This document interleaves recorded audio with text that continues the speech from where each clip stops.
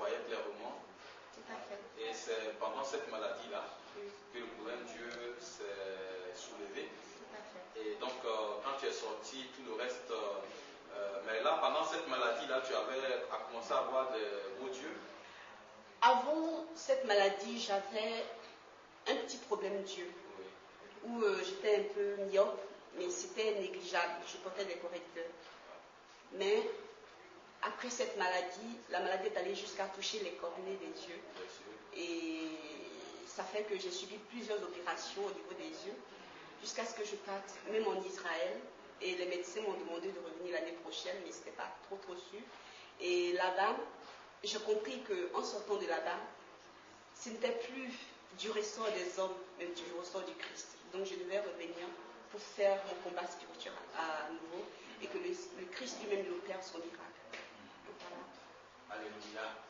Donc, tu voyais, et puis c'est pendant cette maladie que la vue, tu as perdu la vue, et donc tu ne voyais, tu ne vois plus. Et c'est depuis quand? Depuis 2002. Depuis 2002. Oui, ça fait 5 ans aujourd'hui. Ça fait 5 ans. Oui. Je souligne au passage comme ça que les étudiants que j'ai encouragés à faire la communication d'entreprise, ils ont fait la communication, ils ont fini les cours, et il y a eu 100% d'admis. 100% d'admis. Oui. Et pendant que j'étais sur les lits de l'hôpital, le DG qui ne me connaissait pas, ayant entendu parler de moi, a fait une œuvre sociale et m'a même donné une promotion en disant que si je sortais de là-bas, je ne serais plus standardiste, je ne serais pas contractuel, mais je serais CDI, c'est-à-dire j'aurais un contrat à durée indéterminée. Et en plus de cela, je serais au SACOM, au service de communication. Et malheureusement, jusqu'ici, je ne suis pas retournée. Exactement. Ok.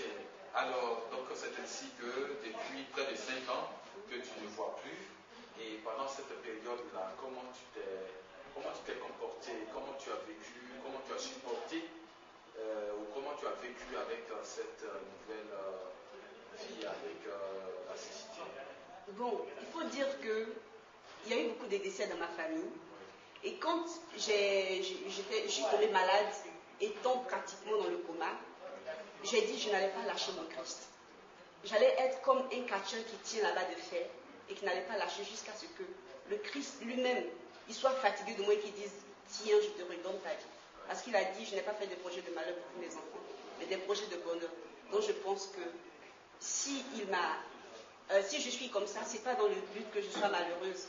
Parce que je me rappelle un peu du passage de la Bible où on dit, les disciples de Jésus ont dit, est-ce à cause de ses fautes, à cause de ses péchés ou à cause des péchés de ses parents qu'il est comme ça? Le Christ a dit non, ni à cause de ses fautes, ni à cause des péchés de ses parents, mais c'est pour que la gloire de Dieu se manifeste. Donc je pense que le Seigneur a mis une certaine joie en moi que je dois essayer de communiquer un peu à mes frères et sœurs. Donc il essaie de me rapprocher un peu plus de lui.